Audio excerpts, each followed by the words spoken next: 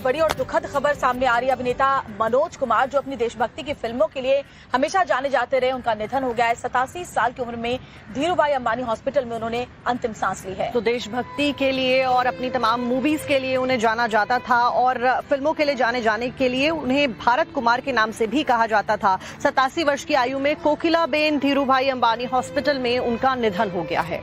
तो बड़ी खबर, भारत कुमार के नाम से जाने जाने वाले मनोज कुमार की कई ऐसी फिल्में थी जिन्होंने जबरदस्त लोगों के दिलों में जगह बनाई, जिनमें 10 नंबरी फिल्म थी। क्रांति के जरिए उन्होंने लोगों के अंदर एक अलग ही क्रांति पैदा की। रोटी कपड़ा और मकान हो या फिर पूरब और पश्चिम हो, इस तरह के तमाम जो फिल्में थी, उपकार, उसमें अपने अभिनय के लिए हमेशा याद किए जाते रहेंगे।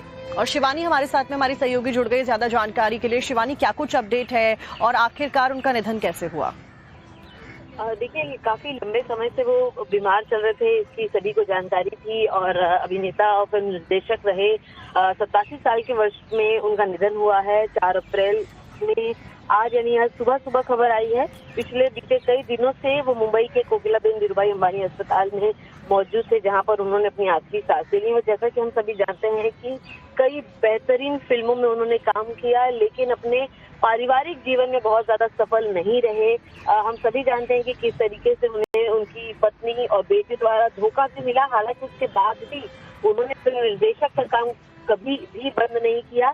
कई तमाम बड़ी फिल्में उसके बाद भी बनाई, बहुत ज्यादा सक्सेसफुल ना हो पाई क्योंकि वो उतना अटेंशन नहीं दे पाते थे। फाइनेंशियल लॉसेस भी उनको अपने जीवन में काफी ज्यादा हुए जब उनकी संपत्ति को उनकी पत्नी और बेटे द्वारा ले लिया गया था। लेकिन उसके बावजूद भी उन्होंने सिनेमा में अपना जो कॉन्ट्रीब्यूशन है वो कभी भी रोका नहीं, कभी भी कम नहीं किया।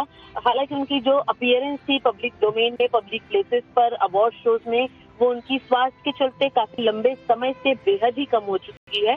लेकिन जिस तरीके की हम फिल्मों की बात करते हैं तो पूरा भारत को अंतर्राष्ट्रीय स्तर पर किस तरीके से उन्होंने उजागर किया, ये एक बहुत बड़ी तस्वीर उनकी फिल्मों के जरिए सामने आती है। देशभक्ति की फिल्मों के लिए हमेशा लोगों के जहन में वो जिंदा रहेंगे। मनोज कुमार ने अपने अभिनय की जो अमिट छाप छोड़ी है अपनी तमाम उन फिल्मों के जरिए कि भारत कुमार के नाम सुने जाना जाता था, क्योंकि भारत से जुड़ी हुई फिल्में उन्होंने बहुत सारी बनाई। शिवानी, अंतिम संस्कार को लेकर क्या जानकारी है? क्योंकि जैसे कि आपने भी बताया और हम सब जानते हैं कि परिवार का बहुत सपोर्ट उनको नहीं था, ऐसे में उनका पार्थिव शरीर फिलहाल कहाँ रखा गया है, अंतिम संस्कार कब तक होगा, क्या जानकारी इससे जुड़ी हुई?